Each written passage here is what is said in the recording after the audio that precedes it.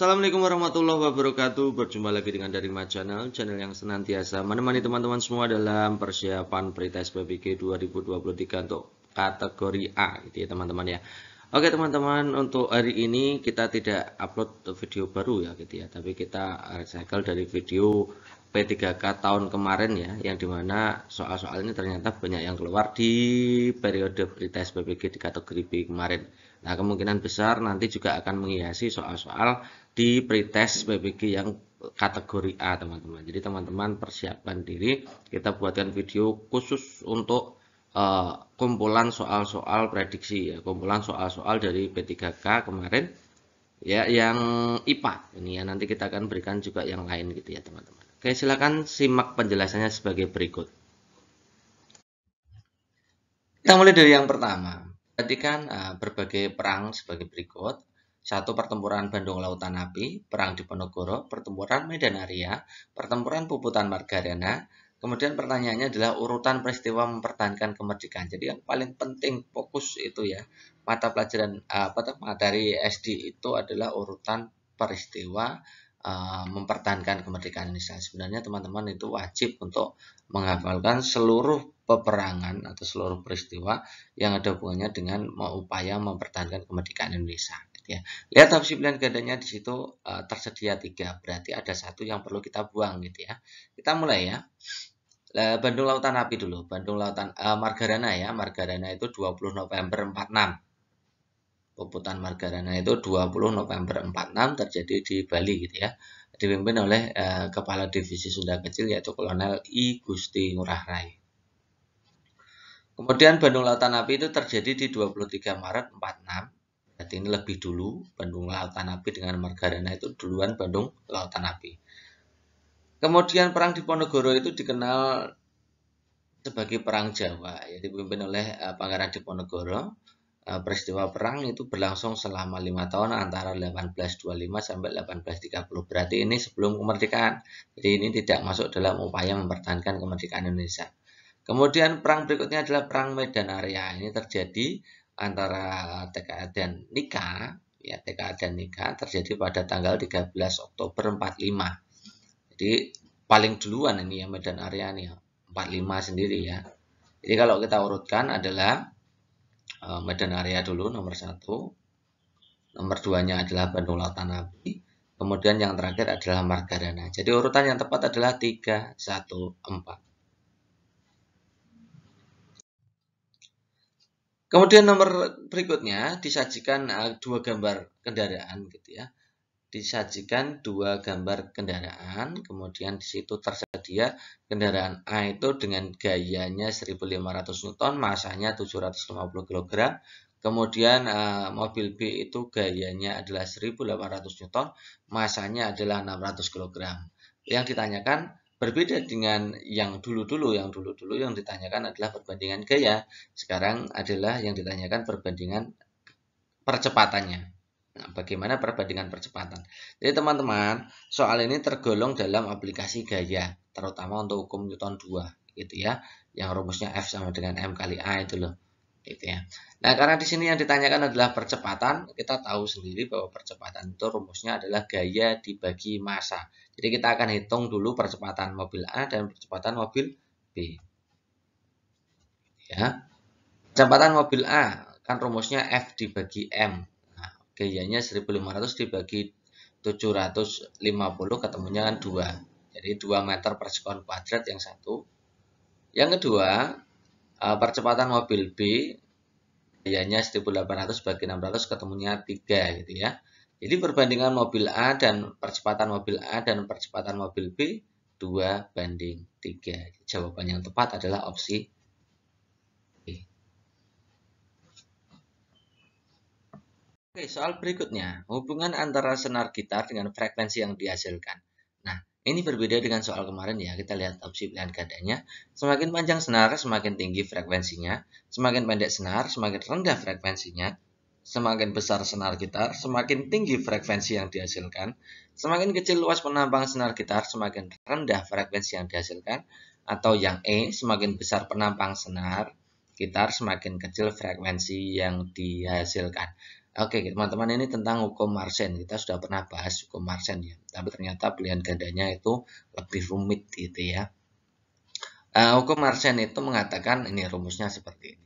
Bahwa frekuensi itu bisa dirumuskan dengan 1/2L akar F dibagi rho kali A. Atau juga bisa dituliskan dengan F atau frekuensi itu sama dengan 1/2L akar F kali L dibagi M. Itu ya teman-teman ya. Nah, saya jelaskan dulu. Untuk F itu frekuensi. Ya, kalau teman-teman punya membawa catatan, silakan ditulis saja. F itu frekuensi, L itu panjang senar, rho P ya seperti itu ya. Rho itu dibaca yang seperti kata-kata P itu ya. Itu bacanya rho. Rho itu adalah massa jenis senar. Yang A itu luas penampang senar. Yang F itu gaya. Gitu ya. Ada lagi M itu massa ya. Kalau yang M sebelah kanan itu rumus pakai M itu massa. Ya. Jadi kita lihat teman-teman, kalau kita menghubungkan antara frekuensi dengan panjang, maka terlihat bahwa L itu berbanding terbalik dengan F. F itu kan di atas, L itu kan di bawah per kan. Berarti F dan L itu berbanding terbalik. Artinya apa? Semakin L kan panjang tadi ya, semakin panjang senar maka frekuensinya semakin rendah. Karena berbanding terbalik, yang satu kalau semakin besar, satu semakin kecil. Itu intinya seperti itu. Kemudian kita akan bandingkan yang F dan A. Terlihat bahwa F itu juga berbanding terbalik dengan A, karena F itu di atas, A itu di bawah per kan. Jadi A tadi adalah luas penampang. Entah besar kecilnya dari senar itu disebut A gitu ya. Lihat dari penampangnya. Jadi semakin besar penampang senar gitar atau semakin besar senar, maka frekuensi yang dihasilkan juga semakin kecil, kan terbalik gitu ya. Kemudian F juga berbanding terbalik dengan M. Ya, M itu massa. Jadi semakin massa senar itu semakin besar, maka bunyi yang dihasilkan atau frekuensi yang dihasilkan akan semakin kecil. Gitu ya. Oke, seperti itu. Kita lihat yang opsi A. Semakin panjang senar, L-nya semakin besar, semakin tinggi frekuensinya. Salah, gitu ya. Harusnya berbanding terbalik, jadi opsi A salah. Opsi B, semakin pendek senar, semakin rendah frekuensi yang dihasilkan. Pendek senar berarti L-nya diperkecil, frekuensinya jadi diperkecil. Salah, dia harusnya frekuensinya semakin besar. Kalau senarnya diperpendek, maka frekuensinya harusnya semakin besar karena berbanding terbalik. Kita lihat yang opsi C. Semakin besar senar, artinya luas penampangnya semakin besar, semakin tinggi frekuensinya. Ini juga salah ya. Karena A dan F itu harusnya berbanding terbalik. Kalau semakin besar senar gitar, maka harusnya frekuensi yang dihasilkan semakin kecil. Yang D, semakin kecil luas penampangnya, semakin rendah frekuensinya. Ini juga salah. Ini kan berbanding terbalik. Harusnya kalau semakin kecil luas penampangnya, maka semakin besar frekuensi yang dihasilkan. Nah, ini jadi kemungkinan yang terbaik adalah opsi E. Semakin besar penampang senar, semakin kecil frekuensi yang dihasilkan. Nomor berikutnya, langkah pembelajaran model problem-based learning, di mana guru memberikan tugas kepada peserta didik untuk menyelesaikan masalah itu terjadi pada sintak apa? Apakah orientasi masalah, apakah mengorganisasikan peserta didik, ataukah membimbing penyelidikan, mengembangkan dan menyajikan hasil karya, atau analisis evaluasi. Oke teman-teman, jadi kalau untuk menjawab kira-kira problem based learning itu pada sintaknya adalah peran guru, di mana guru itu memberikan tugas kepada peserta didik, itu yang mana? Kita akan lihat ya. Nah, ini adalah sintak dari problem based learning. Nah, biasanya untuk pertanyaan itu seputar apa yang dilakukan atau aktivitas yang dilakukan siswa, tapi ternyata pada soal-soal P3K yang keluar di tahap 1 kemarin adalah apa yang dilakukan guru. Jadi saya juga sudah membuatkan ini ya. Pada saat kegiatan orientasi peserta didik itu guru menyampaikan masalah. Jadi menjelaskan masalah yang akan diselesaikan itu diletaknya di orientasi peserta didik. gitu ya. Kemudian ketika mengorganisasikan peserta didik untuk belajar atau di tahap 2 atau sinta kedua, guru memastikan setiap anggota memahami tugas masing-masing. Artinya guru kan sudah membagi tugasnya, gitu ya. Nah, itu dilihat aktivitas peserta didiknya, berdiskusi, membagi tugas, ya, mencari data. Artinya guru sudah membagikan. Jadi proses pembagiannya ada di kegiatan mengorganisasikan peserta didik untuk belajar. Pada sinta ketiga itu membimbing penyelidikan individu maupun kelompok. Itu peran guru adalah memantau keterlibatan peserta didik dalam mengumpulkan data bahan selama proses penyelidikan. Kemudian langkah keempat, mengembangkan menyajikan hasil karya termasuk menguji hasil. Menguji hasil itu juga termasuk sinta keempat. Itu apa yang dilakukan guru? Pertama, guru harus memantau diskusi dan membimbing pembuatan laporan. Jadi pembuatan laporan siswa itu harus dibimbing oleh guru sehingga karya setiap anggota kelompok itu siap untuk dipresentasikan. Kemudian untuk menguji hasil itu guru berdiskusi tentang prototip project, ya, memantau keterlibatan peserta didik, mengukur ketercapaian standar. Itu langkah mengembangkan menyajikan hasil karya termasuk menguji hasil. Yang kelima, sinta kelima, menganalisis mengevaluasi proses pemecahan masalah. Itu guru membimbing presentasi, mendorong kelompok memberikan penghargaan serta masukan kepada kelompok lain. Jadi kegiatan presentasi itu ada di langkah kelima, yaitu menganalisis dan mengevaluasi proses pemecahan masalah. Itu ya teman-teman ya. Yang sering ditanyakan adalah step ke-1, kedua, kelima. 1, 2, 5. Teman-teman silahkan pelajari aktivitas guru dan aktivitas siswanya. Ini sering muncul gitu ya. Nih ya, tadi ketika membagi tugas berarti masuknya di sini gitu ya. Ya, memberikan tugas berarti masuknya di mengorganisasikan peserta didik untuk, nah ini jawaban yang tepat adalah opsi B. Berikutnya, di sini pelajaran IPS ya diminta untuk menentukan bentuk kerjasama ASEAN di berbagai bidang. Nah, kemarin yang sering keluar adalah politik, kemudian ekonomi, kemudian pendidikan dan kebudayaan. Ya, politik, ekonomi, pendidikan. Yang paling penting itu. Jadi teman-teman kita fokuskan ke situ. Nah, soalnya seperti ini, simulasinya ya. Tabel bentuk kerjasama ASEAN itu ada 1, 2, 3, 4. Terdiri dari 4 kolom. Kolom pertama itu diisi sub-1, TAC, ASEAN WFZ, ACCT, dan seterusnya itu. Nah, tabel di atas menunjukkan bentuk kerjasama ASEAN bidang politik dan keamanan ditunjukkan pada nomor yang mana. Ya, bidang politik dan keamanan ini bidang yang memang sejak awalnya itu urgen ya, paling penting di ASEAN itu ya bidang politik dan keamanan itu. Nah, sekarang kita akan cek satu persatu mana yang termasuk bidang politik keamanan ya.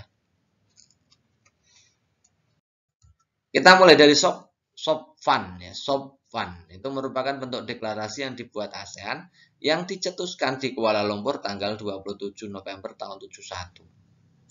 Sasaran dari SOPFAN adalah kerjasama politik ya. Jadi SOPFAN itu kerjasama politik ASEAN untuk menciptakan keamanan stabilitas di kawasan Asia Tenggara. Jadi keamanan dan stabilitas. Jadi ini bidang politik dan keamanan itu ya, SOPFAN. Kemudian TAC itu singkatan dari Treaty Amenity and Cooperation, itu merupakan perjanjian damai antar negara-negara Asia Tenggara yang melibatkan pihak ketiga apabila terjadi konflik gitu ya. Jadi kalau ada konflik ada pihak ketiga untuk menyelesaikannya. Jadi SOPFAN dan TAC ini juga termasuk dalam bidang politik keamanan gitu ya. Kemudian SEANWFZ itu singkatan dari Southeast Asian Nuclear Weapon Free Zone, jadi zona bebas nuklir. Ini merupakan suatu kesepakatan di antara negara-negara Asia Tenggara tentang kawasan bebas senjata nuklir.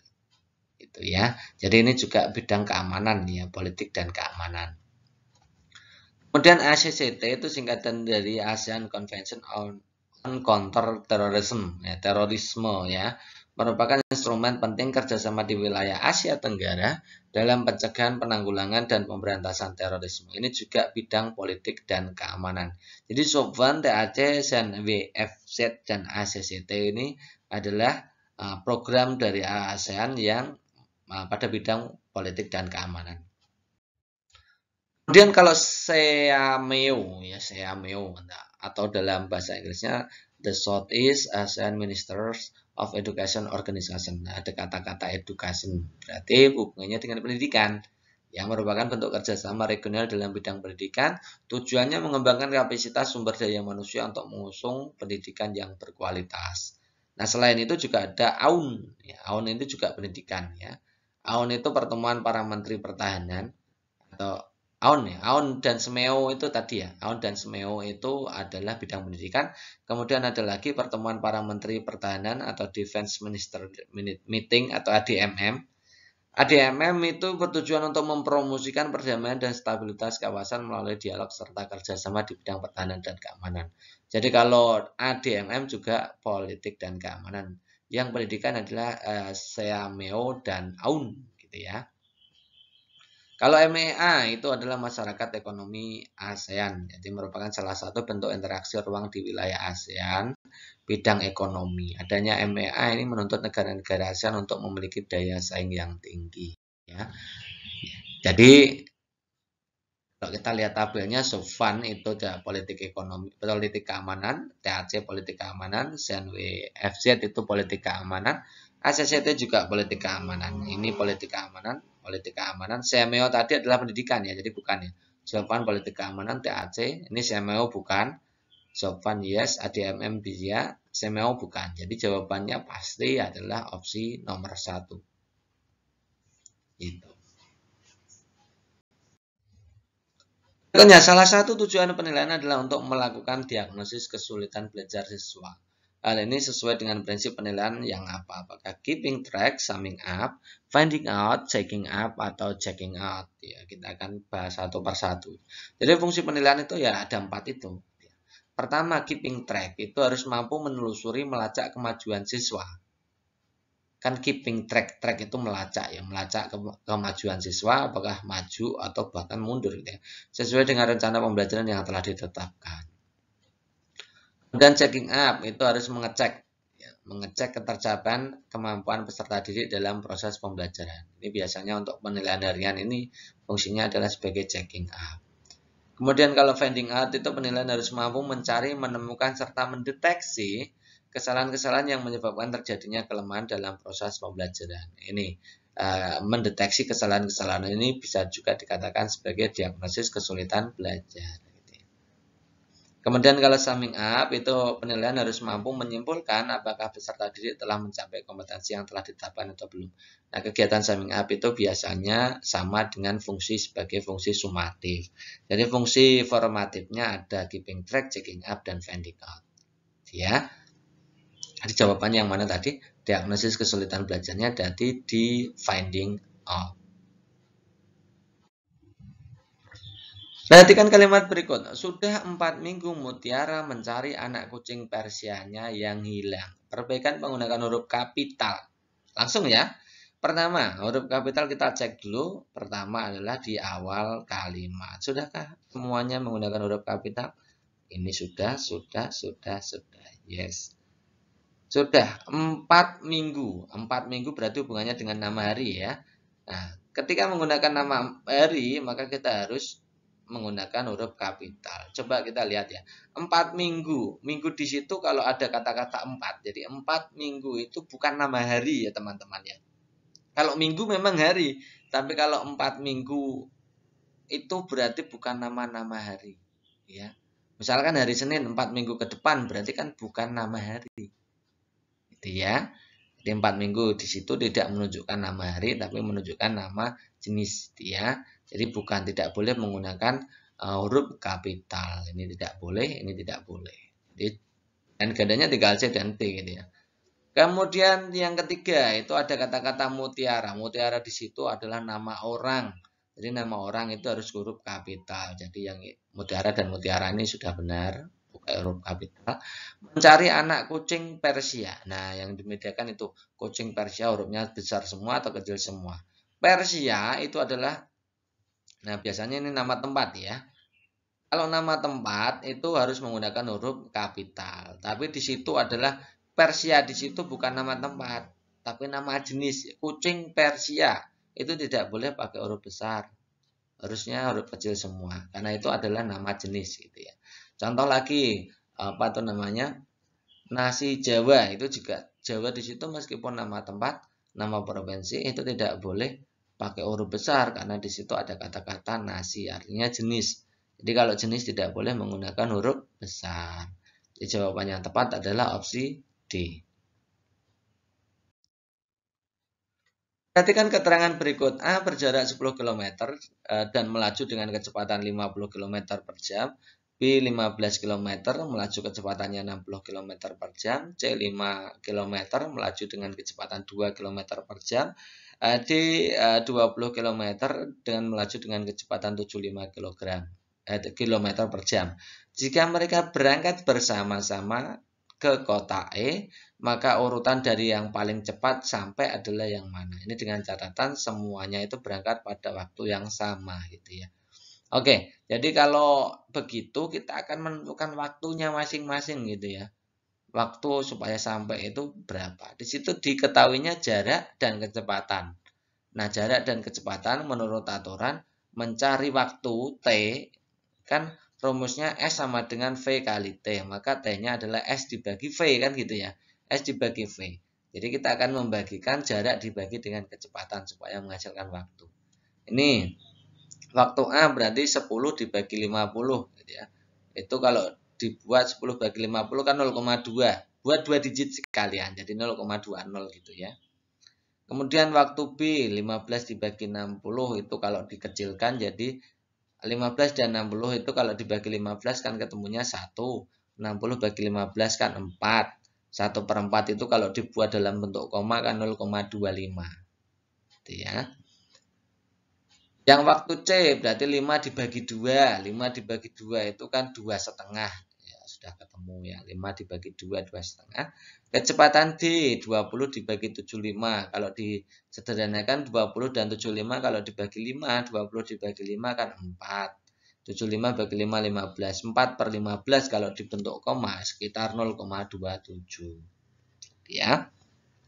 Nah, kalau urutan dari yang paling cepat sampai berarti waktu yang paling sedikit, ya kan? Semakin sedikit waktu yang diperlukan, maka semakin cepat sampai kan gitu. Waktu yang paling sedikit kan.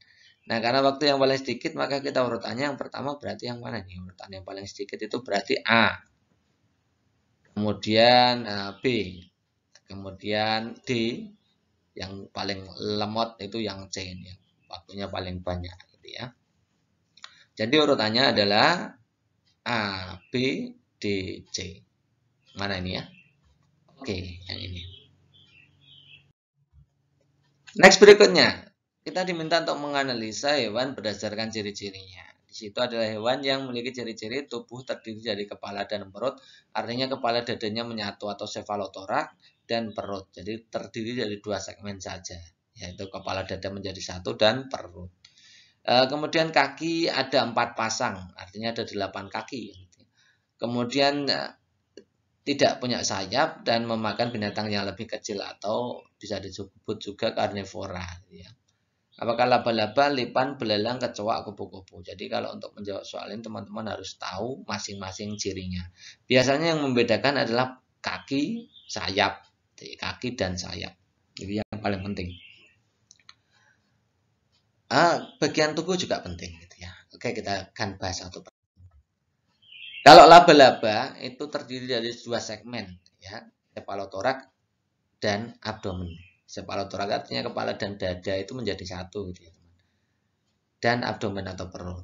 Kakinya ada 4 pasang, ya sama seperti tadi ya. Sayapnya tidak punya, matanya ada 2, memakan binatang yang lebih kecil. Itu ciri-ciri laba-laba. Kemudian kalau belalang itu punya antena sepasang, 3 pasang kaki. Ya hanya 6 kakinya. Berarti tadi kan yang ditanyakan ada 4 ya, jadi bukan belalang, otomatis bukan belalang karena belalang itu punya 3 pasang kaki. Tubuh belalang berbuku-buku terdiri dari kepala, dada dan perut ya. Jadi ini bagian tubuhnya terdiri dari tiga segmen ya, kepala, dada, perut, padahal tadi yang ditanyakan adalah 2 segmen saja, kepala dada jadi 1 dan perut itu ya. Kemudian ini memiliki sayap, padahal tadi yang ditanyakan tidak memiliki sayap. Jadi positif itu bukan belalang. Kalau laba-laba iya. Kalau lipan itu kaki beruas, tubuhnya ada kepala, dada, dan abdomen, artinya ada 2 segmen. Ya, kepala dada itu berarti menyatu sefalotorak dan abdomen, itu masih masuk ya di pertanyaan tadi kan sefalotorak ya. Kemudian tubuh sefalotorak abdomen panjang, oke, kakinya satu pasang di setiap segmen. Padahal segmennya ada banyak, berarti kakinya banyak, tidak mungkin itu adalah jari-jari dari kelabang atau lipan.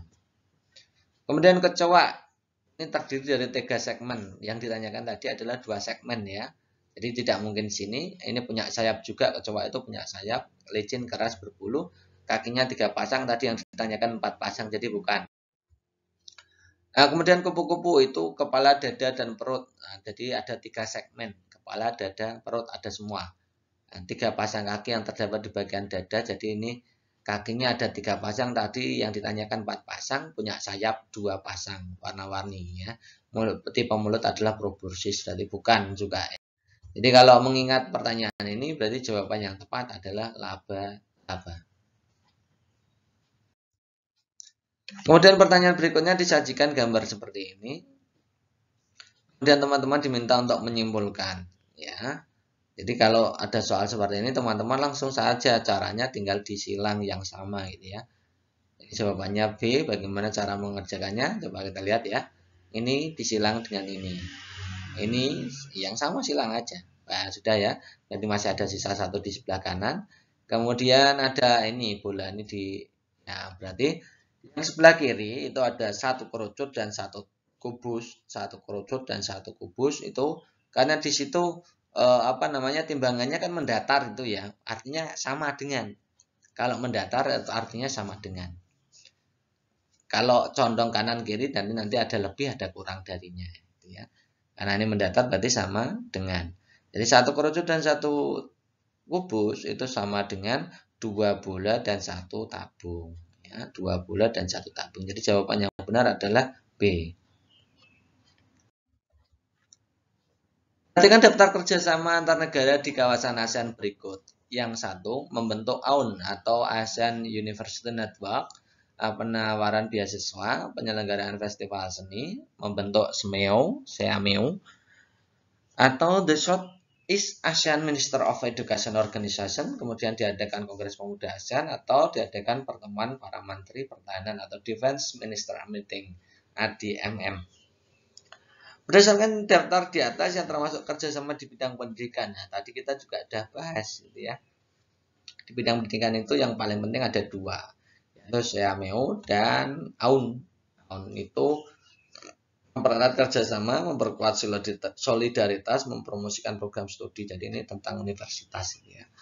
Melalui AUN ini mahasiswa bisa berkesempatan untuk mengikuti program pertukaran pelajar. Termasuk di situ adalah beasiswa, itu juga ada di AUN itu ya. Kalau SEAMEO itu tadi bidang pendidikan ya, tujuannya mengembangkan kapasitas sumber daya manusia di wilayah Asia Tenggara. Jadi yang termasuk dalam kerjasama di bidang pendidikan adalah AUN, SEAMEO, dan penawaran beasiswa. Ya. Kalau seni itu masuknya di kebudayaan. Kongres Pemuda ini kebudayaan juga ya. Kemudian pertemuan para menteri pertahanan ini bidang politik keamanan. Jadi bukan. Jadi jawabannya yang tepat adalah 1, 2, 4.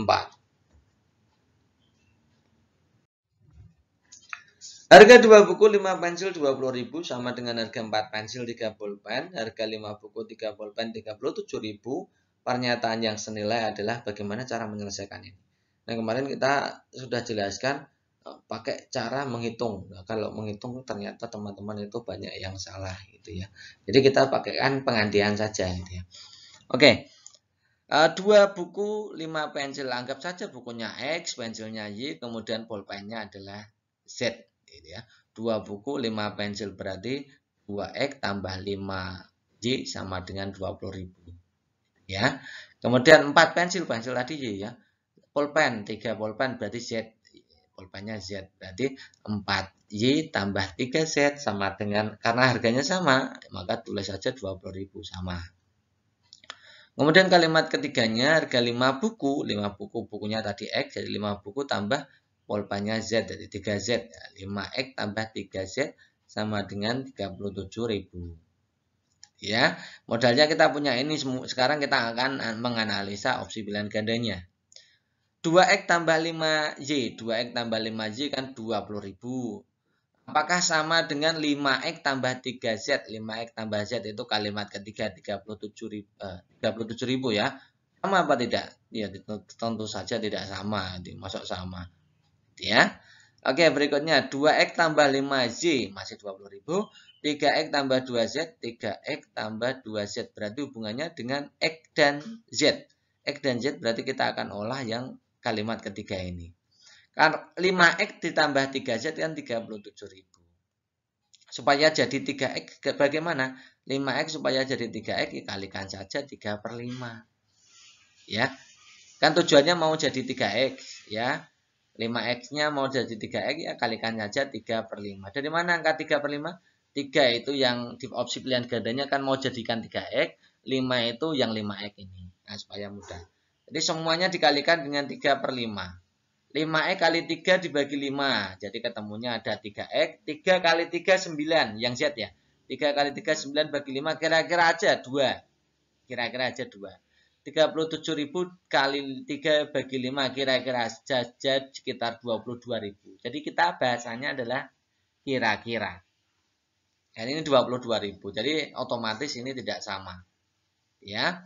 Kemudian 2X tambah 5Z. 2X tambah 5Z itu 20.000. Kemudian 5X tambah 3Z. 5X tambah 3Z itu 37.000. Jelas salah. Ya, betul ya. 20.000 kurang dari 37.000 di situ ada kata-kata kurang dari. Jadi opsi C kemungkinan benar. Kemudian 2X tambah 5Y. 2X tambah 5Y kan 20.000. 5Y tambah 13Z. 5Y, Y dan Z. Y dan Z. Berarti ini kita akan olah di sini. 5Y 13Z. Ini kalikan saja 5X ditambah 13Z dikalikan 5/2 saja. Ya, ketemunya 5X tambah 13Z. Ketemunya 50.000. Jadi ini 50.000. Jadi apakah 20.000 lebih dari 50.000? Jelas salah. Kemudian 4Y tambah 3Z. 4Y tambah 3Z itu 20.000. 5X tambah 3Z itu 37.000. Jadi apakah 20.000 itu lebih dari 37.000? Jelas salah. Jadi jawaban yang tepat adalah opsi C. Next berikutnya hasil dari 2 ditambah 18 dibagi dalam kurung 4 ditambah 2 dikurung tutup dikurangi 4 adalah di situ pilihan gandanya 21, 1, 24, 25, 18. Teman-teman kalau salah mengerjakan soal-soal seperti ini nanti pun ada pilihan gandanya juga ada, jadi teman-teman merasa benar padahal itu salah gitu ya. Oke, kita mulai. Kita mengingatkan lagi bahwa urutan dalam mengerjakan suatu operasi itu yang pertama itu harus didahulukan dulu yang ada di dalam kurung. Yang kemudian yang kedua dahulukan dulu perkalian atau pembagian. Mana yang didahulukan antara perkalian dan pembagian? Yang lebih dulu. Ya, kalau yang lebih dulu pembagian, kerjakan pembagian dulu. Kalau yang lebih dulu adalah perkalian, kerjakan perkalian dulu. Yang ketiga adalah mengoperasikan penjumlahan atau pengurangan baru ya. Itu penjumlahan dulu atau pengurangan dulu yang lebih dulu. Gitu ya. Sekarang kita akan praktekkan untuk mengerjakan soal ini. 2 tambah 18 dibagi 4 ditambah 2 dalam kurung dikurangi 4. Langkah pertama berarti kita kerjakan di situ operasinya adalah tambah, bagi, dalam kurung, dan kurang. Ya, jadi kerjakan dalam kurung dulu. Jadi kalau dikerjakan 22 tambah 18 dibagi 4 ditambah 2 kan 6. Ya, dikurangi 4. Operasinya tinggal tambah, bagi, kurang. Tambah, bagi, kurang. Yang dikerjakan yang mana dulu? Tambah, bagi, kurang, bagi. Jadi 18 kita bagi 6, 3 ya. Jadi 22 ditambah 3 dikurangi 4. Operasinya tinggal tambah dan kurang. Jadi ya, setiap kali langkah pasti mengurangi operasi. Tambah dan kurang dulu kan mana? Yang di depan dulu. Ya. Yang di depan adalah tambah, maka tambah dulu. Ya. Jadi 22 ditambah 3, ketemunya 25, dikurangi 4. Hasilnya adalah 21. Jadi jawaban yang tepat adalah opsi A. Berikutnya Joko membawa uang 200.000, dia akan membeli jeruk di toko buah Aneka. Harga 1 kg jeruk di toko tersebut adalah 17.000. Maka jika Joko membelanjakan semua uangnya untuk membeli jeruk, berapa kilogram jeruk yang didapat? 13 kg, 12 kg, 15 kg, 11 kg, atau 10 kg. Ini sama ya, ini tentang apa namanya itu persamaan dan pertaksamaan. Tentunya yang pertaksamaan ya. Pertidaksamaan bentuknya soal cerita. Bagaimana menyelesaikannya? Coba teman-teman simak. X itu kita anggap sebagai harga 1 kg jeruk. Harga apa? Jumlah 1 kg jeruk. Jumlah kilogram jeruk yang dibeli itu X, ya. Harganya kan 17.000. Ya, banyaknya jeruk X ya. Jadi 17.000 dikalikan banyaknya jeruk itu tidak boleh nilainya itu lebih tinggi dari 200.000, kan tidak boleh. Masa kita belanja uangnya hanya 200.000, pasti kita belanjanya pasti maksimal itu 200.000. Nah, kalau ya bisa kurang dari gitu ya. Jadi kurang dari 17.000 X kurang dari 200.000. Uangnya hanya 200.000 kan. Oke, berarti X-nya tinggal kita bagikan 200.000 dibagi 17.000. Kalau 03-nya kita buang, jadi 200 dibagi 17. Kalau 200 dibagi 17, ketemunya 11, sekian. Nah, 11, sekian. X itu kurang dari 11, sekian. Berarti 11-nya paling besar. Mentok-mentoknya ini ya. Paling besar di angka 11. Jadi, jumlah jeruk maksimumnya ada 11 kg. Jadi jawaban yang tepat adalah opsi D. Berikutnya, bentuk kerjasama dalam bidang sosial budaya, SOSBUD. Ya. ASEAN bidang sosial budaya. Ini tentang ASEAN sosial budaya ya. Apakah traktat bantuan hukum, timbal balik di bidang pidana, penyelenggarakan pesta 2 tahun sekali atau SEA Games, penandatanganan kesepakatan bersama ASEAN Tourism Agreement, atau penyediaan cadangan pangan untuk negara-negara ASEAN. Kita lihat ya. Jadi sosial budaya itu meliputi apa saja? ASEAN Tourism Agreement atau perjanjian turis ASEAN itu merupakan kerjasama ASEAN bidang sosial budaya. Nah, jadi pariwisata itu masuk di kawasan sosial budaya, teman-teman. Tujuannya adalah untuk memudahkan perjalanan wisata ke dan di dalam ASEAN. Mengurangi hambatan-hambatan dalam jasa pariwisata untuk memaksimalkan daya tarik wisata kawasan ASEAN. Ya, selain itu meningkatkan promosi ASEAN sebagai destinasi wisata tunggal yang memiliki standar sarana dan daya tarik wisata. Jadi, sosial budaya itu termasuk di dalamnya adalah tentang pariwisata. Jawaban yang tepat berarti opsi yang C ya, tourism. Pak Ridwan akan mengajarkan kepada peserta didiknya cara menulis huruf tegak bersambung. Mula-mula dia akan menulis Susi adalah anak yang rajin belajar dan selalu jujur. Agar penulisan huruf tegak bersambung adalah indah, maka huruf yang harus serasi ini teman-teman sudah kita pelajarkan ya. Sudah kita ulang-ulangkan, jadi teman-teman saya harapkan untuk menghafal itu ya. Jadi pada huruf tegak bersambung itu ada huruf jambul penuh yang bagian atas. Itu ada 4 huruf ya, B, H, K, L. Kemudian ada jambulnya yang tidak penuh, artinya hanya sedikit, tidak terlalu tinggi. Itu huruf D dan T saja. Kemudian huruf yang tidak memiliki jambul maupun tidak memiliki ekor, ya, datar aja itu A, C, I, M, N, O, R, S, U, V, W, X, Z. Kemudian huruf yang memiliki ekor dan jambul dua-duanya ada, punya lengkung di atas dan lengkung di bawah, itu hanya 1 huruf, yaitu huruf F. Kemudian huruf yang punya ekor penuh. Kalau ekor penuh ada 3 huruf, yaitu G, J, Y. Ekor yang setengah itu ada, ya, ekor setengah di situ ada, ya. Jadi dari situ kita bisa lihat yang mana nih. Kalau KBJ itu semuanya, KB itu jambul penuh, J itu ekor penuh, jadi ini yang A salah. UIA, yes, ini UIA, ini semuanya tidak punya ekor dan tidak punya jambul. BLJ itu BL itu jambul penuh, R itu tidak punya jambul jadi bukan. YGK, Y dan G itu punya ekor penuh, K itu jambul penuh jadi bukan.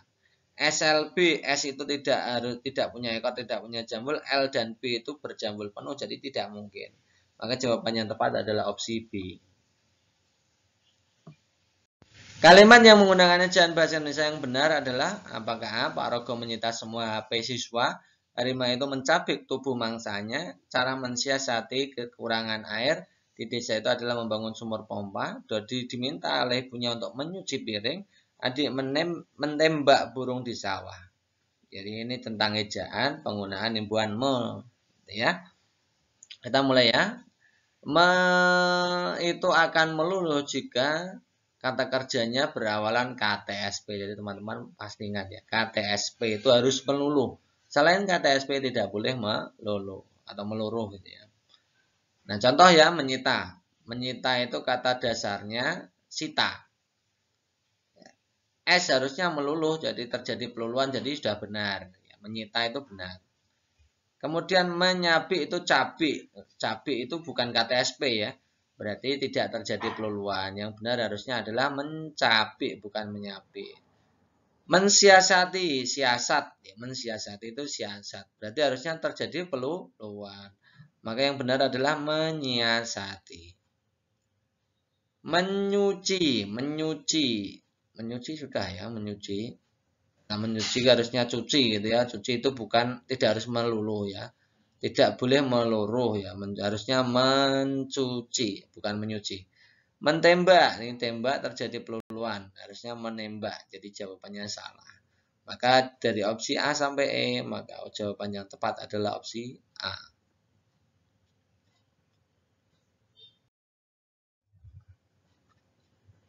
Tulisan kata serapan yang tepat terdapat pada kalimat suara azan pun telah memanggil kita semua. Ustadz Abdul Somad saat ini telah dikenal masyarakat secara luas. Bulan Ramadan tinggal beberapa minggu. Di situ ada ya semuanya ya, yang dicetak, yang digaris bawah dan ditulis huruf miring. Itu sudah. Jadi teman-teman kita akan analisa kata serapan yang tepat. Azan, azan itu tidak baku teman-teman. Azan yang baku adalah azan. Jadi opsi A salah. Ustaz, ustaz itu baku. Kalau ustaz pakai dz itu tidak baku. Kalau Ramadan pakai dh itu tidak baku. Yang benar adalah Ramadan. Ramadan, gitu aja. Kemudian halal itu juga tidak baku. Yang baku adalah halal. Kemudian salah itu baku ternyata. Yang tidak baku adalah salih. Yang baku salah. Jadi jawaban yang tepat adalah opsi E.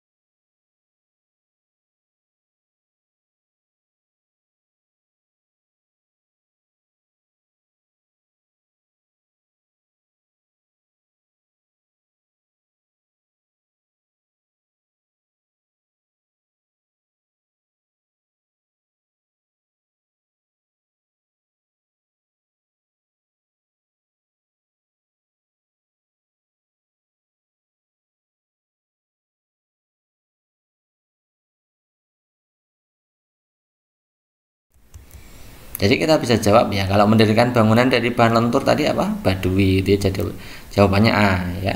Kalau penanda hewan tupai itu Mentawai, membangun barak-barak, nah itu dari Tanah Ai tadi ya. Masuk kolong-kolong meja itu Bali gitu ya. Bangunan kokoh beton itu ya itu kalau itu ya kearifan bukan lokal ya, itu kearifan masyarakat kota gitu ya. Oke, jadi jawaban yang tepat adalah opsi A.